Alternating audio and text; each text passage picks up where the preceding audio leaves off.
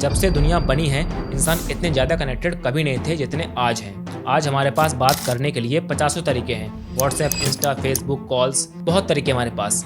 पर फिर भी हम अकेले हैं, फिर भी हमारे पास बात करने वाला कोई नहीं है। और ये लोनलीनेस इतनी पेनफुल सिचुएशन होती है। मैं आपको एक एग्जांपल समझाता हूँ। हमारे देश में अगर किसी व्यक्ति ने बहुत ही बड़ा क्राइम किया है एंड गवर्नमेंट इसको बहुत ही स्ट्रॉन्ग पनिशमेंट देना चाहती है, तो उसको दिया जाता है सॉलिटरी कन्फाइनमेंट। मतलब कि उस इंसान को एक कमरे के अंदर बंद कर दिया जाता है और उसको किसी से मिलने नहीं दिया जाता है। और ये चीज़ सुनने में काफ़ी ईजी लग रही है पर बहुत ही डिफ़िकल्ट होती है।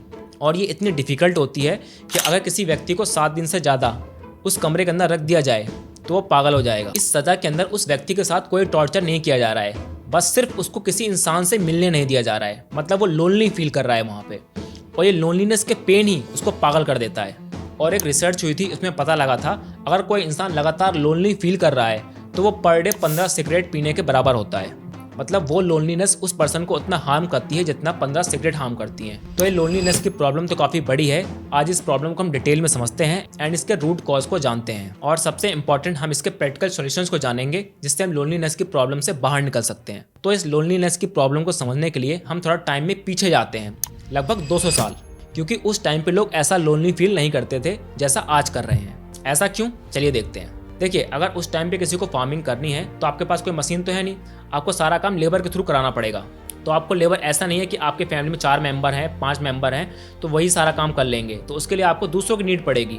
तो दूसरों की नीड पड़ेगी तो दूसरे लोग आपके साथ काम क्यों करेंगे जब आपके रिलेशंस अच्छे होंगे एक दूसरे के साथ। तो लोग रिलेशनशिप बहुत अच्छे से मेंटेन करते थे लोगों के साथ, क्योंकि उनको एक दूसरे की हेल्प करनी होती थी। और ये हेल्प सिर्फ फार्मिंग के अंदर ही नहीं है। अगर आपको मान लीजिए बिल्डिंग्स बनानी है, किसी का घर बनाना है, तो अकेले तो बन नहीं सकता है, उसके लिए बहुत सारे लोग चाहिए। वो लोग कहाँ से आएंगे, जब आपका रिलेशंस अच्छे होंगे दूसरे लोगों के साथ। या फिर किसी गांव के अंदर डकैत घुस आए हैं या फिर जंगली जानवर घुस आए हैं, तो वो सब कैसे बचेंगे इन खतरों से, एक दूसरे की मदद से। तो सभी लोगों को एक साथ रहना पड़ता था एज ए सोसाइटी, जो कि उस समय की नीड थी। अगर उस समय कोई पर्सन ये सोचे मुझे किसी की जरूरत नहीं है, मैं अकेला ही काफ़ी हूँ, तो बंदा मर जाएगा।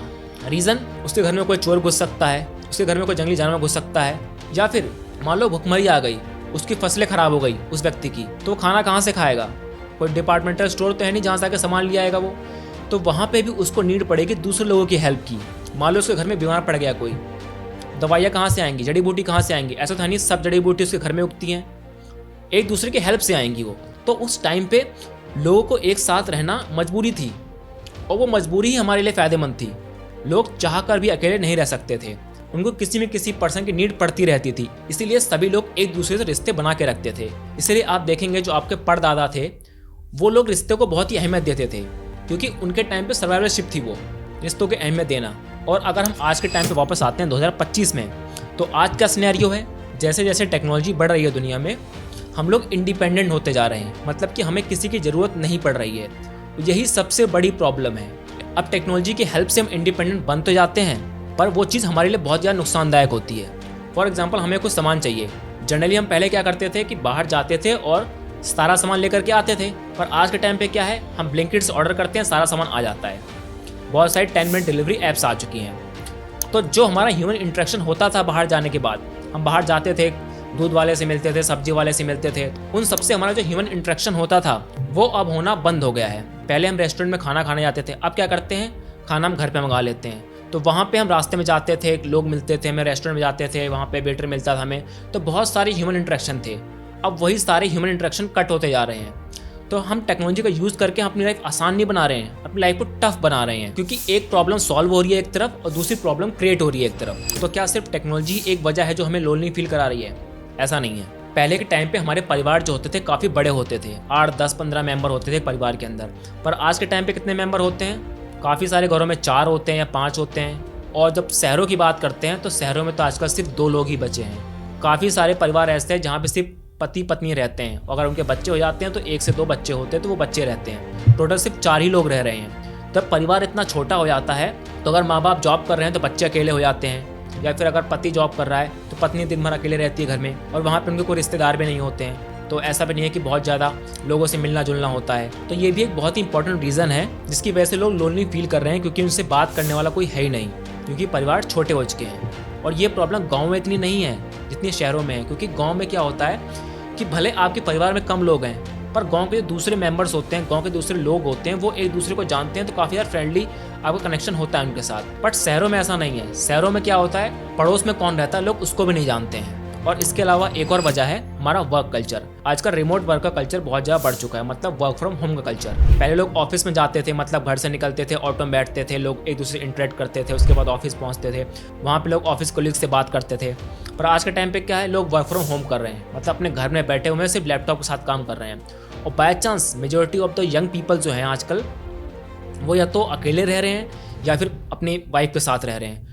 तो वो दिन भर सिर्फ अकेले डेस्क में बैठे रहते हैं, उनके पास कोई नहीं होता है बात करने के लिए। तो वर्क फ्रॉम होम तो बहुत ही ज़्यादा टॉक्सिक है, और ये प्रॉब्लम तो मैंने भी अपनी लाइफ में फेस करी है। वर्क फ्रॉम होम हमें लगता है कि बहुत ही अच्छा ऑप्शन है, पर बहुत ही खराब ऑप्शन है एक्चुअल में। क्योंकि ऑफिस में जाकर के काम करना बहुत ही अच्छा ऑप्शन है, क्योंकि वहाँ पे आपका ह्यूमन इंटरेक्शन बहुत ज़्यादा होता है, एंड आपको वर्क का लोड भी बहुत ही कम फील होता है, क्योंकि आप बहुत ज़्यादा लोग एक दूसरे से बात कर रहे होते हैं। बट जब हम अकेले बैठ के काम करते हैं तो वहाँ पे हमारे साथ बात करने वाला कोई होता नहीं है, इसलिए हम बहुत ज़्यादा लोनली फील कर रहे होते हैं उस समय। और एक चीज़ और है, आजकल लोग एक दूसरे से अपनी प्रॉब्लम शेयर नहीं करते हैं। ये सोशल मीडिया के थ्रू एंड कंटेंट के थ्रू ऐसा माइंडसेट सेट हो गया लोगों का कि हम अपनी प्रॉब्लम अपने तक रखें, अपनी प्रॉब्लम किसी और से शेयर ना करें। अब मैं ऐसा नहीं कह रहा हूँ कि हर बंदे को आप अपनी प्रॉब्लम बताते फिरें, पर कुछ लोग आपकी लाइफ में ऐसे होने चाहिए जिनसे आप बात कर सकें, जिनसे आप अपनी प्रॉब्लम को शेयर कर सकें, जिनसे आप अपने इमोशंस को शेयर कर सकें। तो अब हमें ये समझ में आ चुका है कि लोनलीनेस एक बहुत बड़ी प्रॉब्लम है, पर इससे एक्चुअल इम्पैक्ट क्या पड़ता है हमारी बॉडी के ऊपर, वो हम डिस्कस करते हैं। तो सबसे पहला इम्पैक्ट पड़ता है मेंटल।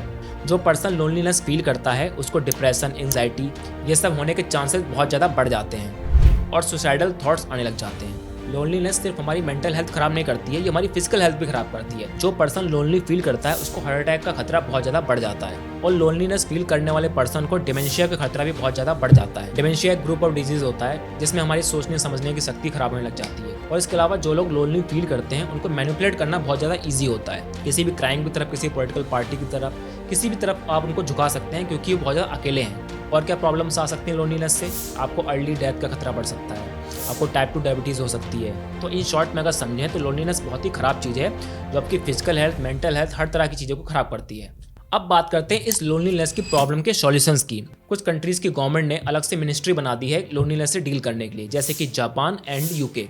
तो इन दो कंट्रीज़ के अंदर तो गवर्नमेंट इस चीज़ का टेक केयर कर रही है, पर जहाँ पे नहीं कर रही वहाँ पे आप इन प्रैक्टिकल सॉल्यूशंस को अप्लाई कर सकते हैं और लोनलीनेस की प्रॉब्लम से बाहर आ सकते हैं। सबसे पहली चीज़, अपने सोशल मीडिया का टाइम कम करिए, रील्स देखना बंद करिए। क्योंकि काफ़ी सारे लोग क्या करते हैं, जब उनको लोनली फील हो रहा होता है, अकेला फील हो रहा होता है, तो रील्स स्क्रॉल करना शुरू कर देते हैं। उनको ऐसा लगता है कि वो ह्यूमन कनेक्शंस बना रहे हैं, पर एक्चुअल में ऐसा कुछ हो नहीं रहा होता है। वो सिर्फ अपनी लोनलीनेस को दूर करने के लिए उस रील्स को देख रहे होते हैं। तो अपने सोशल मीडिया के कंजप्शन को जितना हो सके उतना कम करिए। जहाँ आप 1 घंटे 2 घंटे बैठ के रील्स देख रहे हैं या शॉर्ट वीडियोज़ देख रहे हैं, वहाँ पर आप किसी दोस्त से बात कर लीजिए 10 मिनट। उस दोस्त से 10 मिनट बात करना आपके लिए इतना इफेक्टिव होगा जितना आपका 1 घंटा रील देखना इफेक्टिव नहीं होगा। सिर्फ 10 मिनट बात कर लीजिए, आप किसी भी पर्सन से जाकर 10 मिनट बात कर लीजिए। तो सबसे पहला पॉइंट है कि आपको सोशल मीडिया का टाइम कम करना है। हो सके तो एकदम ही खत्म कर दीजिए। अगर आप नहीं खत्म कर सकते हैं तो 2 घंटा है तो 1 घंटा करिए, 4 घंटे हैं तो 2 घंटा, 1.5 घंटा करिए। मतलब आपको लगातार सोशल मीडिया का टाइम कम करते जाना है। वो अपना सोशल इंटरेक्शन का टाइम बढ़ाते जाना है कि रियल लाइफ में दोस्तों से मिलना, रियल लाइफ में लोगों से बातें करना, या फिर कॉल पे बातें करना, बट वीडियोस ना देखना। और क्या सॉल्यूशंस हो सकते हैं? आप कोई जिम ज्वाइन कर सकते हैं, कोई डांस क्लास ज्वाइन कर सकते हैं, मतलब किसी भी टाइप की कोई क्लास ज्वाइन कर सकते हैं जहाँ पे आप लोगों से मिले जा करके। मेरे केस में मैं जिम जाता हूँ, आपके केस में कुछ और हो सकता है, कोई आपकी हॉबी हो सकती है, वो आप परस्यू कर सकते हैं, जहाँ पे आप लोगों से रियल लाइफ में मिलें। या फिर आप कोई बैडमिंटन खेल सकते हैं, या कोई स्पोर्ट्स खेल सकते हैं, या कोई क्लब ज्वाइन कर सकते हैं। मतलब कोई भी ऐसी कम्युनिटी ज्वाइन करिए या कोई भी ऐसा ग्रुप ज्वाइन करिए जहाँ पे आपका ह्यूमन इंटरेक्शन हो बहुत ज़्यादा। और बहुत ज़्यादा दोस्त बनाने की कोशिश मत करिए, बस 3 से 5 दोस्त बनाइए और उनसे बहुत ही डीप कनेक्शन बनाइए कि जब भी आपको कोई प्रॉब्लम हो आप उनसे बात कर सकें, जब भी आपको कुछ शेयर करना हो आप उनसे शेयर कर सकें। तो क्वांटिटी पे नहीं, क्वालिटी फोकस करिए और अच्छे दोस्त बनाइए। और एक चीज़ और इम्प्लीमेंट कर सकते हैं आप कि लोगों की हेल्प करिए।